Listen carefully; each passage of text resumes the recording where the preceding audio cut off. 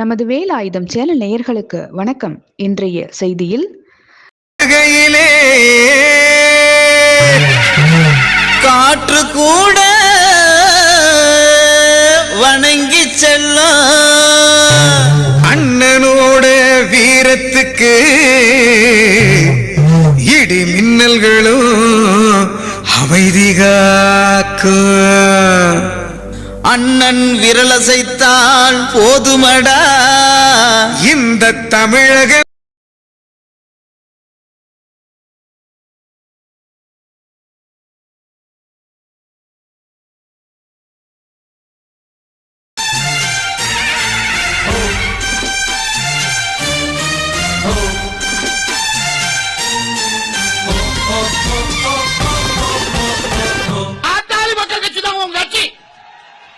இது வன்னியுடைய கட்சி. கேப்பா, இது சாதி கட்சியா? இது சாதி கட்சி தான்.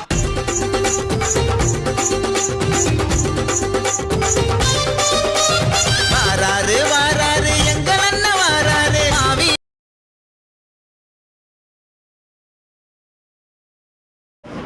வருகின்ற பிப்ரவரி மாதம் 23ஆம் தேதி குடந்தையில் பன்னீர் சங்கத்தின் சார்பில் சோழமண்டல சமய சமுதாய நல்லிணக்க மாநாடு நடைபெற உள்ளது.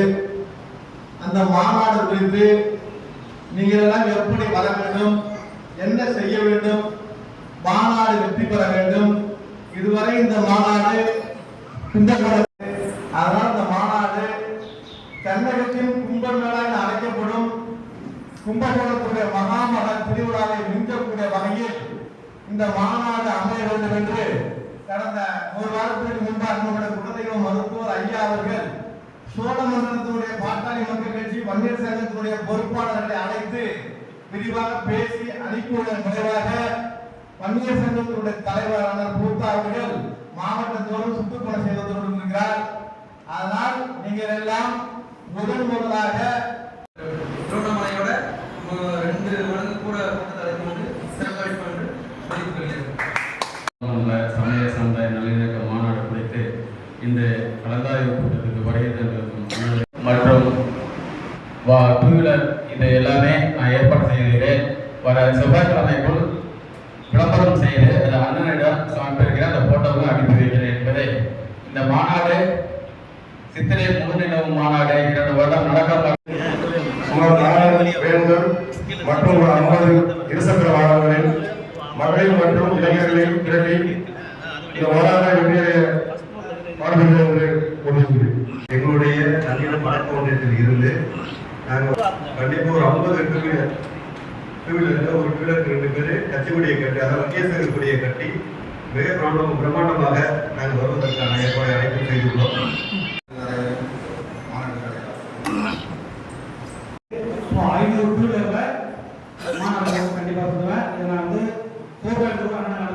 நாளைக்கே மாநாடு அந்த ஏழு வேலையெல்லாம் துவங்கினா நன்றி வணக்கம்.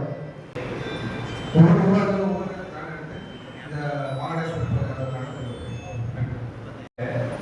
20 வாகனங்களில் வருவதாக மகிழ்ச்சியுடன் தெரிவித்துக் கொள்கிறேன். நன்றி வணக்கம். தொடர்ச்சி வடக்கு ஒன்றியத்தின் சார்பாக 15 வாகனங்களில் சுமார் 300 பேர், அதில் 5 வாகனங்களில் பெண்கள் மட்டும் சேர்த்து 300 பேர் சேர்த்து இம்மாநாட்டில் கலந்து கொள்வோம் என்பதை இத்தருணத்தில் உறுதியளித்துக் கொண்டு என் பஞ்சாயத்திலிருந்து குறைந்தபட்சம் ஒரு 15 பேர்கள் அழைத்து வருவேன் என்று நான் உறுதியளிக்கிறேன். சிறப்பாக மாநாடு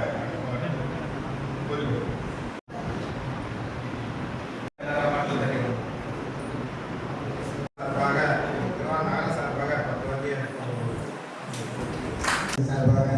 என்னுடைய ஒன்றிய செயலாளர் வேலாயுதம் 15 வண்டி எடுத்து சொல்லியிருக்காரு. இன்னும் 5 வண்டி சேர்ந்து 20 வண்டி எடுத்துட்டு வந்துடும். இப்போ வந்து நான் நாளைக்கு வருகிறது திருப்பியே நான் வந்து இந்த பூர்வம் பண்ணிடுறேன். ஆளுங்கட்சி மாதிரிதான் பிரச்சனை நடத்திக்கிட்டு இருக்கோம். கட்சிக்காரர்களை வச்சு வேற கார்பரேஷன் யாருமே செயல்பட்டு கிடையாது.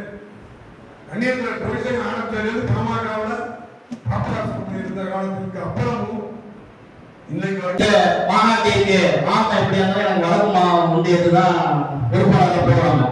அதனால நான் ஒரு வாரம் சொல்லி எல்லாம் ரெடி பண்ணிட்டோம். அடுத்ததாக 12 பஞ்சாயத்துல 11 வண்டி சொல்லிடுவோம். 5 வண்டிக்கு அட்வான்ஸ் கொடுத்துட்டோம். ஒரே விண்ணப்பம், எங்க பிரகாரம் போர்டு வைக்கிறோம். எழுதணும்னு வச்சுக்கலாம், போர்டு வச்ச எஸ்பி பண்ணிருப்பாரு. ஹலோ போர்டு வச்சிருக்கீங்க, இந்த பக்கம் அமைச்சர் போறாரு.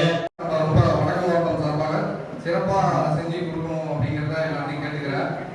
இதுக்கு முன்னாடி நடந்த அத்தனை மாநாட்டுகளும் கடுமையாக அமைச்சிருக்காங்க. அப்பெல்லாம் யாரையும் கவலைப்படுறதில்லை. அவங்க மாநாட்டு குழு தலைவராக பொறுப்பேற்று ஆண்கள், பெண்கள், இளைஞர்கள் மற்ற சமூக மத்தியிலே இந்த மாநாடு வெற்றி பெற வேண்டும் என்ற நோக்கத்தோடு தொடர்ந்து சிறந்து கொண்டிருக்கிற ஆளுநரை ஊராட்சி தலைவர் மாவட்ட ஸ்டாலின் அனைவருக்கும் பழமையடா, 5வது மருத்துவர் ஐயாவின் கொள்கையடா, 6லும் சாவு 100லும் சாவு, பாட்டாளி மக்கள் கட்சியை வளர்ப்போ என்று சூழ்நிலைத்து நடந்த அண்டம் கிடுகிடுக்க என்று மருத்துவர் ஐயா சொன்னார்கள். அதுபோல் இந்த மாநாடு நடைபெறும். அந்த மாநாடு மாநாட்டுக்கு அனுப்பி கூட்டிக்கொண்டு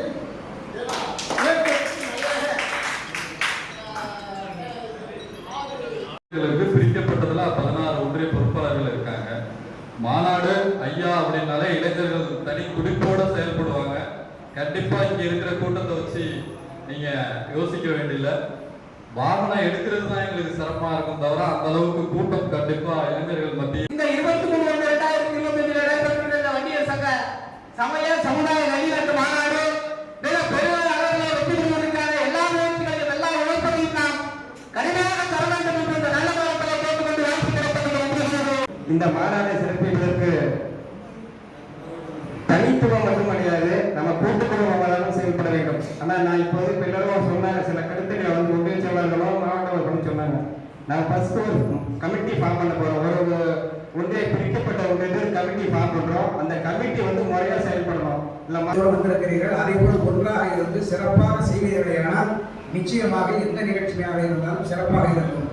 ஒரு நிலத்திலே ஒரு உழவன் விவசாயம் செய்கிறான் என்றால் அந்த சிறப்பான அந்த நடவடிக்கையில அந்த பயிரை காப்பாற்றுவார்களானால் அந்த மண் அந்த விவசாயியை வீணாகிவிடாது. அந்த பட்ட கஷ்டத்துக்கு நட்டம் வராமல் அந்த மண் நம்மை பாதுகாக்கும். அதே போல ஒரு அரசியல்வாதி மக்களிடத்திலே சிறப்பாக உழைத்துவிட்டால் அந்த மக்கள் நிச்சயமாக நம்மை மேலே நோக்கி செல்வார்கள், கீழே விட்டுவிட மாட்டார்கள். ஆகவேதான் பல தலைவர்களை உதாரணம் காட்ட முடியும்.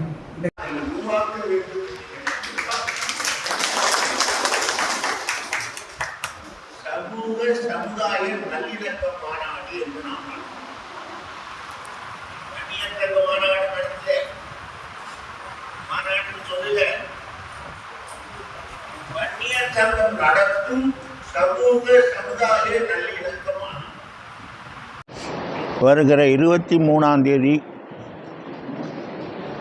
கும்பகோணத்தில்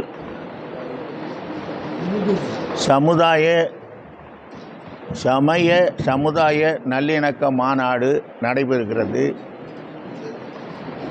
அந்த மாநாட்டில் மருத்துவர் ஐயா அவர்களும் டாக்டர் அன்புமணி ராமதாஸ் அவர்களும் மற்ற பல்வேறு சமயங்களினுடைய தலைவர்களும் ஜாதிய தலைவர்களும் பங்கெடுப்பார்கள். அந்த மாநாடு தமிழகத்தில் இருக்கிற அனைத்து ஜாதி மக்களும் ஒருங்கிணைந்து குரல் கொடுக்கிறார்கள் என்ற உண்மையை உலகுக்கு தெரிவிக்கும். அனைத்து ஜாதி மக்களுக்கும் அவரவர்கள் எண்ணிக்கைக்கு ஏற்ப அரசாங்கத்திலே இருக்கிற பதவிகளை பகிர்ந்து அளிக்க வேண்டும், படிப்பதற்கு வாய்ப்பு அளிக்கப்பட வேண்டும். அனைத்து ஜாதி மக்களுக்கும் இதை செய்வதுதான் சமூக நீதி. அப்புறம் அடுத்தது, இந்த நாட்டுக்குரிய சட்டமே இயற்றப்படவில்லை. இங்கிலீஷ்காரங்காலத்தில் இருந்த அந்த சட்டத்தில் தான் நாம் புதிய வடிவமைச்சு கொண்டு வந்திருக்கோம். இந்த 140 கோடி மக்கள் இருக்கிற இந்திய நாட்டுக்கான ஒரு புதிய சட்டத்தை உடனடியாக வரைய வேண்டும். எல்லா மக்களுக்கும் எல்லாமும் கிடைப்பதற்கான ஒரு வாய்ப்பை அதிலே தர வேண்டும். எல்லா கிராமங்களிலும் கொடியேற்றுவதற்கு இளைஞர்கள் தயாராகிவிட்டார்கள். அவர்கள் நிச்சயமாக கொடியேற்றுவார்கள். இந்த மஞ்சள் கொடி பறக்கும். நேயர்கள் அனைவருக்கும் வணக்கம். இந்த வேல் ஆயுதம் சேனலை சப்ஸ்கிரைப் பண்ணாதவங்க உடனே சப்ஸ்கிரைப் பண்ணுங்க. மறக்காம உங்க ஃப்ரெண்ட்ஸுக்கு ஷேர் பண்ணுங்க.